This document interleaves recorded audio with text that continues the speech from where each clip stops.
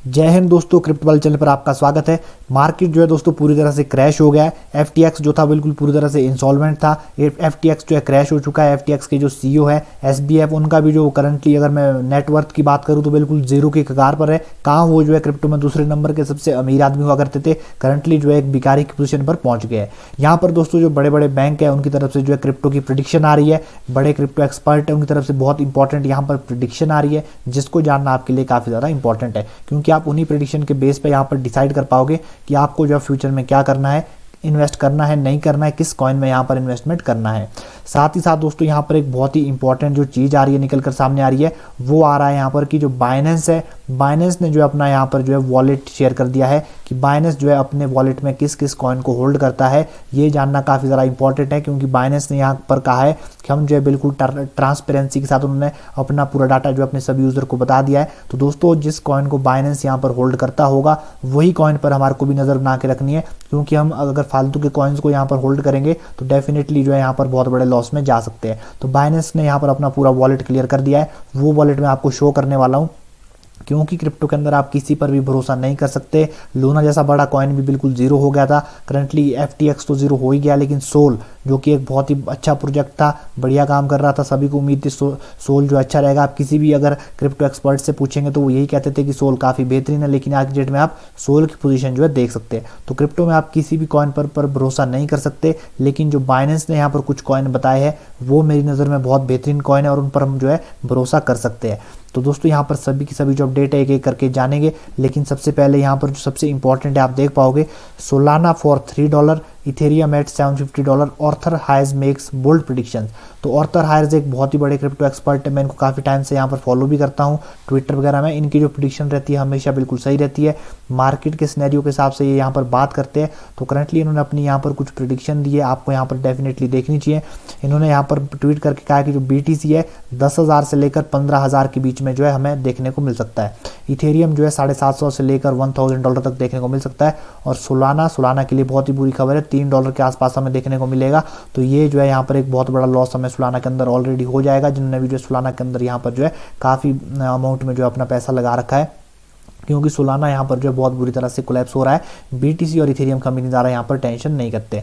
लेकिन दोस्तों यहाँ पर मैं आप सभी को एक इंपॉर्टेंट बात बताना चाहूँगा कि आप जब भी अपना पोर्टफोलियो डिज़ाइन करें, मैं हमेशा आपको पहले भी कहता था वीडियो में कि अपने पोर्टफोलियो में जो है बिटकॉइन और इथेरियम का जो है एटलीस्ट जो है 70% आपके वॉलेट में होना चाहिए। अगर आपके पास 70% बिटकॉइन और इथेरियम है तब आपको ज़्यादा इफेक्ट नहीं पड़ेगा कभी भी अगर मार्केट में इस तरह के कॉइन्स क्रैश होते हैं। बाकी जो कॉइन्स होते हैं उनको आपको जो है 5% के ऊपर किसी भी कॉइन को नहीं रखना है, 5 से नीचे ही आप जो है हर एक कॉइन को रखोगे, लेकिन 70% आपका जो है हमेशा बिटकॉइन और इथेरियम के अंदर होना चाहिए, तब आपको ज़्यादा यहाँ पर टेंशन की कोई बात नहीं है।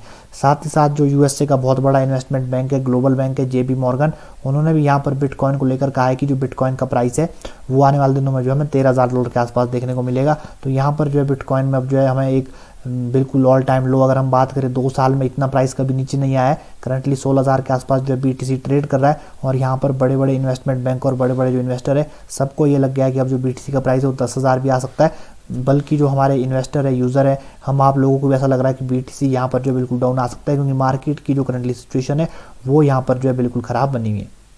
वहीं अगर हम यहाँ पर नज़र डालें CZ बाइनेंस के ट्विटर अकाउंट पर, आप देख पाओगे उनका एक रिसेंटली ट्वीट आया, सैड डे ट्राइड बट, और उसके बाद एक रोने की यहाँ पर इमोजी डाली है।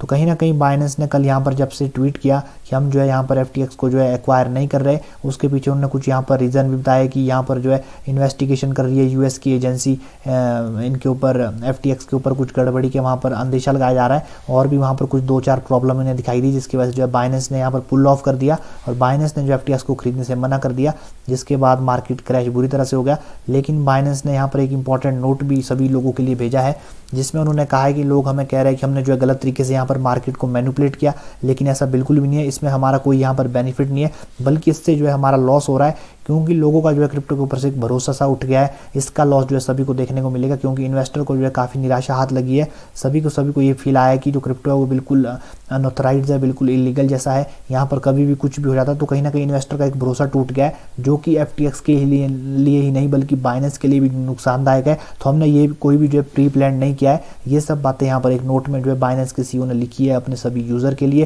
कि कि ये कोई भी प्री प्लान नहीं था, ये बल्कि जो FTX की कोई गलती थी जिसकी वजह से ये प्रॉब्लम हमें देखने को मिली। इसका हमें यहाँ पर एक प्रूफ भी देखने को मिल रहा है, जिसमें कुछ एक डाटा सामने आ रहा है, जिसके अकॉर्डिंग सैम ब्रैंकमैन फ्राइड ने यहाँ पर जो है प्रीवियसली जो है $4 बिलियन को जो है जो FTX का फंड था उसको ट्रांसफ़र किया था एल्मीडा रिसर्च के लिए।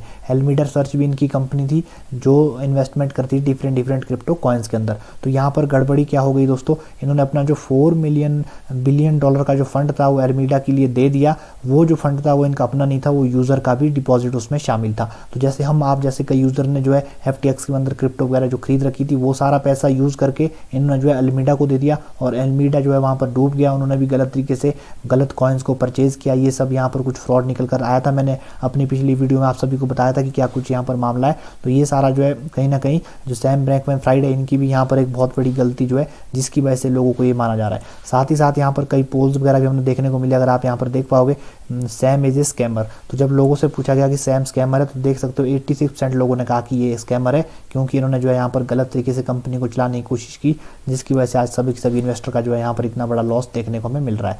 अब यहाँ पर दोस्तों हम बात करेंगे जो बाइनेंस ने अपना क्रिप्टो पोर्टफोलियो शेयर किया है, ये जानना जो है सभी के लिए काफ़ी ज़्यादा मैं समझता हूँ इंपॉर्टेंट है। इससे हमें सीखना चाहिए कि हमें अपना क्रिप्टो पोर्टफोलियो किस तरह से रखना है। आप देख पाओगे बाइनेंस के पास जो है सबसे पहले अमाउंट पर अगर हम बात करेंगे BTC बाइनेंस के पास है। बाइनेंस BTC को होल्ड करता है, और कितने BTC होल्ड करता है, 4,75,000 BTC को केवल जो है यहाँ पर बाइनेंस होल्ड करता है। यहाँ पर सबसे बड़ी बात है, बाइनेंस सबसे ज़्यादा किस कॉइन को यहाँ पर होल्ड कर रहा है, वो है BNB 58 मिलियन। ये अपने आप में एक बड़ी बात है कि कल के दिन BNB पे अगर कुछ डाउट आता है, जो BNB बाइनेंस का कॉइन है, तो इनके पास ऑलरेडी काफ़ी बड़े अमाउंट में जो है BNB है, तो ये इतनी जल्दी जो इसको यहाँ पर गिरने नहीं देंगे। तो BNB भी अपने आप में एक बहुत बेहतरीन कॉइन आपके लिए साबित हो सकता है। उसके बाद अगर आप देखोगे इथेरियम 4.8 मिलियन, तो 48 लाख के करीब जो है इनके पास इथेरियम है, जो कि अपने आप में बहुत बड़ा अमाउंट है। तो मैं यहाँ पर आपको स्पेशली कहना चाहूँगा 2 कॉइन यहाँ पर सबसे बेहतरीन कॉइन है, वो है बिटकॉइन और इथेरियम। अगर आप कभी भी क्रिप्टो के अंदर इन्वेस्टमेंट करना चाहते हो तो हमेशा बिटकॉइन और इथेरियम को ही चुनें, ये सबसे सेफ है। बाकी मैं किसी भी कॉइन को यहाँ पर नहीं मान सकता कि वो सेफ है, उसमें आपको हमेशा रिस्क रहेगा। लेकिन बिटकॉइन और इथेरियम में आपका जो रिस्क है वो हमेशा जो है मिनिमम रहेगा। आप मान सकते हो कि 5 से 10% का ही रिस्क बिटकॉइन और इथेरियम के अंदर है। ये हमेशा ग्रो करेंगे, ऑल ग्रो है। अगर क्रिप्टो रहेगी तो बिटकॉइन और इथेरियम हमेशा वहाँ पर खड़े दिखेंगे, अगर क्रिप्टो ही नहीं रही तब तो कोई भी कॉइन वहाँ पर नहीं दिखेगा। इसके बाद बाइनेंस यहाँ पर होल्ड करता है USDT जो कि स्टेबल कॉइन है, BUSD जो बाइनेंस का स्टेबल कॉइन है, और USDC जो कि अपने आप में एक स्टेबल कॉइन है। तो 3 स्टेबल कॉइन में अपना फंड यहाँ पर डिवाइड किया हुआ है। आपको भी हमेशा इस तरह से अपना जो फंड है स्टेबल कॉइन के अंदर जो डिवाइड करना चाहिए, क्योंकि यहाँ पर स्टेबल कॉइन में जो है कई बार क्रैश हो जाते हैं। तो इथेरियम को आप देख सकते हो, इथेरियम और बिटकॉइन ने होल्ड कर रखा, और BNB का अपना कॉइन है, तो ऑब्वियसली इसको जरूर यहाँ पर होल्ड करेंगे। तो आप BNB भी अपने क्रिप्टो उसमें 5% से नीचे को जो है BNB भी आप होल्ड कर सकते हैं अपने पोर्टफोलियो के शेयर में। लेकिन आपका जो 70% है वो हमेशा बिटकॉइन और इथेरियम ही रखे, अगर आपको क्रिप्टो के अंदर यहाँ पर लॉन्ग टर्म में इन्वेस्टमेंट करना है।